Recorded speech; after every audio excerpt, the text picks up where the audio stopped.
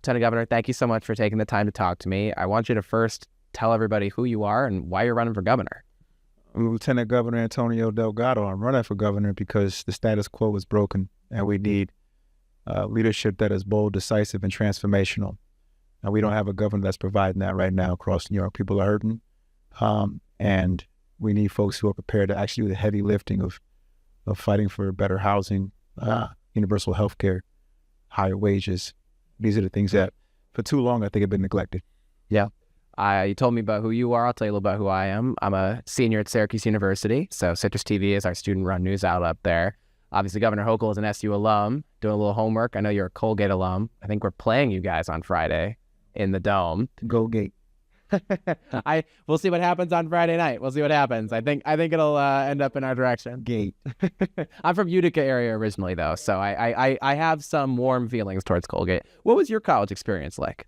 I loved it. Yeah. You know, I think it was a classic collegiate experience. You know, I grew up, I love, growing up in Schenectady, but it was a shelter. I was in church a lot. I grew up working class, tough neighborhoods, but over time moved up to the middle class. But my life was really about church, and it was about books, and it was about basketball. So when I got to college, it was a real opportunity for me to do what a liberal arts education is meant to do, which is help you think about big issues, figure out who you are, what you're passionate about, wrestle with hard questions that maybe you weren't wrestling with when you were younger. So Colgate for me was really a good ground for that, and I had wonderful professors who really became lifetime mentors of mine as a result. So nothing to say but good things about Colgate. Did you have a particular class or professor that stuck out to you? Who would that be? It's funny, you may be the first person that's ever asked me this. His name was Joseph Wagner. He was a freshman, my freshman seminar teacher. He taught what is real and what is true. I came in as a pre-med student. My dad was not a doctor, but he was determined to raise a doctor because no one told him when he was growing up in the inner city about being a doctor. He felt he had an obligation. Anyway, this professor introduced me to philosophy and political theory as a freshman and blew my mind. It made me realize that there was so much more to the world than I had understood. And he was the same professor 4 years later when he said to me on campus, my senior year, you should apply for the Rhodes. I had no plan to do that, but he proactively suggested it, and ultimately it changed my life. So we lost him, some years ago to cancer before I even ran for Congress in 2018. So he's one of the people that I think about a lot right now. And I think about, if he was alive today, what would he be thinking? Because he really did set me on a path where I found my purpose, I found my passion. Yeah. I'm sorry to hear that you lost him to cancer. I'm a stage 4 cancer survivor myself. Yeah, I was treated here at Upstate in Syracuse. I had Hodgkin's lymphoma when I was 17, my senior year of high school. I think there are a lot of young people who hear a campaign promise of universal health care. They've heard a lot of those promises before. How do you plan to get something like that done? Well, first of all, I don't promise. And I think it's important. And I think promises are things that you should really mean. You fight for, and you say, this is what I'm working to deliver. And this is what I want to center the work around. We have a fight on our hands here. This is not going to be easy when you are trying to upend a system that is dictated by profiteering, and you have entrenched economic power and political power that is set about reinforcing it.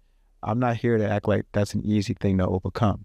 What I am here to say is that that's why I am running, and that is the work I intend to do, and that is the power that I intend to leverage.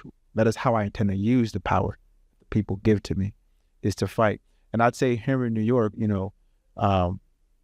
have the wherewithal. We have the resources, we have the wealth, the third largest economy in the country, the ninth in the world if we were an independent country, and let's say independent nation. And what are we doing with the resources? So we have the opportunity to fight for universal health care, to fight for a high minimum wage, to fight for affordable childcare. And it's not about doing anything except doing what's fair and just. Billionaires can pay more. Big corporations can pay more, their fair share. That shouldn't be a hard thing. Not to mention, we have all this money that we give away, billions every year under the umbrella of economic development. It never really produces development, at least development for the community. You know, people get priced out. We can take those same taxpayer dollars and invest them into the community in real ways and change people's lives for the better. But we don't, because we're playing a game of transactional politics. Yeah. You mentioned using the power that you have in your current office as lieutenant governor. You've kind of been stripped of a lot of the power and authority that you've had since you split with the governor and announced you were running against her. Do you regret leaving Congress to serve in the Hochul administration? No. Being able to serve the state that gave me so much. I mean, I'm a New Yorker. I'm born and raised in Schenectady. My parents are from New York. My wife's from New York. We got married in New York, had our family in New York. I went to college in New York. Everything about New York. And as a father, now twin boys are turned 12. They turned 12 in August. And a husband, you know, the opportunity to come back home and still be a public servant in the executive, in the state that I love, you know, and at that point, with the hopes of being a real thought partner with the governor, no, it felt like the right thing.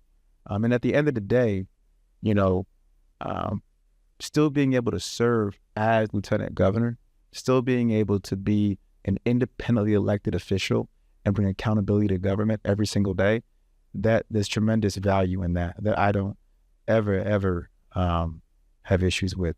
No, I'm incredibly grateful. It seems like in recent months, and maybe you disagree with this, but the governor has kind of pivoted her strategy. She's been a little bit more forceful in her messaging. I'm curious if you see that happening, if you appreciate that happening, if you think there are places where she could be doing more. I mean, I could say that what she's done is say things that would suggest there's a willingness to fight, but she's not fighting, and there's a difference. There's a performative aspect to it that can look good in the digital ad, but at the end of the day, where's the action? For example, where's the special session? That would be a fight. You could do that now. You could call folks back to Albany, raise revenue. You can pass New York for All, protect the immigrant community that's consistently under siege right now by this dragnet. That's actual desire to want to fight. Just simply saying, you know, you're a wannabe dictator. But then while you say that, turning around and negotiating with him for frack gas pipelines through New York, those two things don't go together. So your actions end up speaking a lot louder than your words. And that, to me, is what I have a problem with. Don't just say these things just because it sounds good to say. Say them because you believe them, and then do something that demonstrates you have the political will and the moral courage to do something about it. Yeah. If she was, hypothetically, to do something like that, how would you evaluate your own campaign challenging her? Is there any scenario in which you choose to end your campaign before the primary election comes about next year? No, there's no scenario, because at the end of the day, we're coming at this from two different places. I have a vision. I don't know what hers is, but I know what mine is. And my vision is to actually recenter government around people, not profit. My vision isn't centered around a quote unquote business friendly environment. Businesses need people. I'd rather put my focuses on the people first, and from there business can thrive. Those are some key distinctions. I'm not willing to sell New York out or sell our climate laws out to the president, as she seems to be, right? I'm willing to tax billionaires and big corporations to make sure that we actually have an economically sound and just system here in New York, and not be the state with the largest wealth inequality gap in the country, with 1 in 5 kids living in poverty. These are concrete things that I know are very different. So, as you point out, maybe the rhetoric changes, maybe the tone changes as it pertains to the president, but the ideas that she brings to the table, the maintaining of the status quo, they don't change. They don't change. And the people, as a result, suffer. Yeah. You mentioned people over profits. One of the big issues coming up on the table here in Syracuse is the coming down of I-81. Deputy Mayor Sharon Owens, who's the front runner right now to step in as mayor, she says the state should give that land under I-81 to the city of Syracuse in order to use it. Have you spoken to her at all about that issue or any issue, and would you support turning that land over to the city? Actually, I have not spoken to the deputy mayor about that issue in particular. My concern with any type of project of any nature is whether or not communities are being displaced as a result, and or are they benefiting from the maximizing of the value that comes out of that, right? So when we make these types of changes, when we move in this kind of direction, what is the intent behind it? And are the communities that are impacted the most the ones who receive the benefit from it? And if not, then there needs to be a accountability for that, right? That's how we should measure economic development. That's how we should measure the success of infrastructure projects, is what is the direct impact on the community? And is it going to lead to that community being priced out, being dislocated? Like, that is how we should be framing these issues. Yes. Specifically on I-81, do you have a position on where that land should go? It will be in state control, and presumably if you're like the governor. I want to think about exactly where that should go. Sure. Let's talk about higher education. The price continues to increase. I know it does at SU. I don't know about Colgate, I would imagine. Tuitions are going up. What are some actions that you could take as governor to help make higher education more affordable? Well, that's a good question. I mean, I think, I think there's been some steps that have been taken in the past as it pertains to, state colleges, the SUNY system, and what we can do. I think it's a little bit different when you talk about the private, the private side. I think the lending mechanisms, how we tie interest rates to the extent to which we can regulate, how those those rates are actually governed here in the state, I think is an important piece of that. I would also say, and I did this work when I was able to, as lieutenant governor, under the umbrella of the Office of Service and Civic Engagement. I was able to stand up an entire office with the idea of being able to create paid service opportunities for folks in college all across New York. And this is another way to offset the cost of college, not necessarily in the most significant way, but at least in a way that provides opportunity for students to build their resume and to get paid in a way that allows them to support their education and supplement whatever they're still getting in addition to age. So I think there's different ways to look at how to deal with higher ed, both in terms of the service component, both in terms of more low-income grant opportunities or scholarship opportunities, but also how we think about lending practices in particular, and the manner in which the interest rates are tied, and can we deal with them in a fashion that actually doesn't bankrupt students over time and saddle them with significant debt. Loan forgiveness is always something that we should be thinking about, and just thinking about also if we can tailor certain subjects that we think are important, for the state purposes, we can incentivize young people to go in that direction and not have their, experiences be cost prohibitive as a result. Yeah. Thank you very much.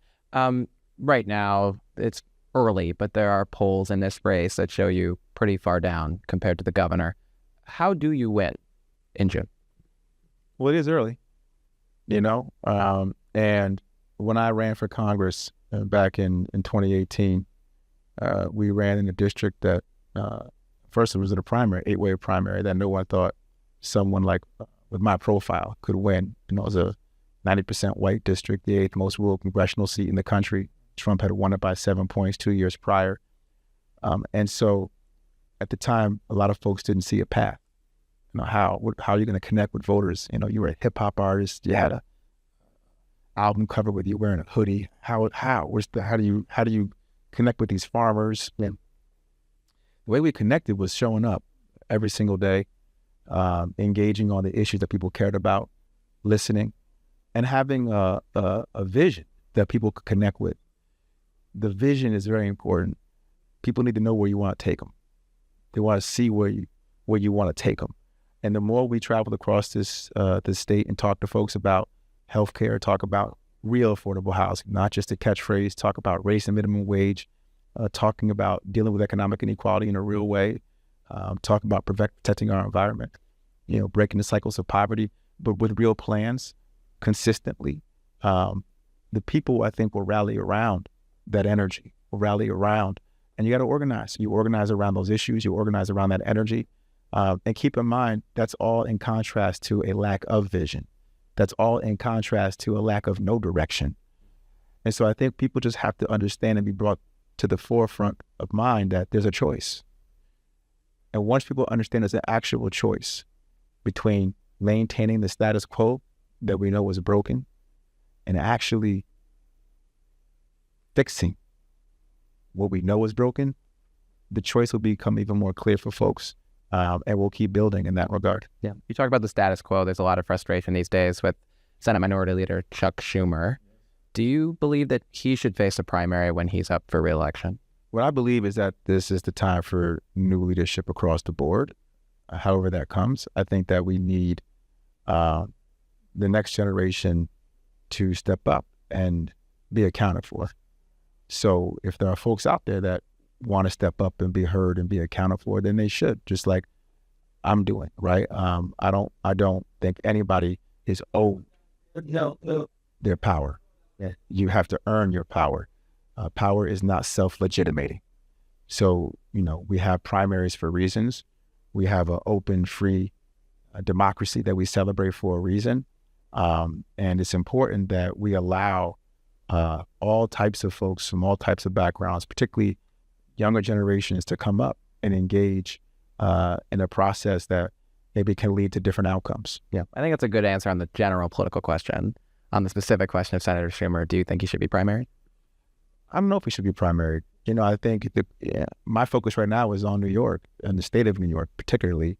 I know the governor should be primaried, which is why I'm doing what I'm doing. Like, I know that. Yeah. I think there's going to be a lot. I will say this. We are about to come up on another round in Washington of intense strategic thought around how to deal with the negotiations with the White House on funding. And I will say that I was very disappointed in the last go-round in terms of the manner in which the Senate did not hold the line when the House did.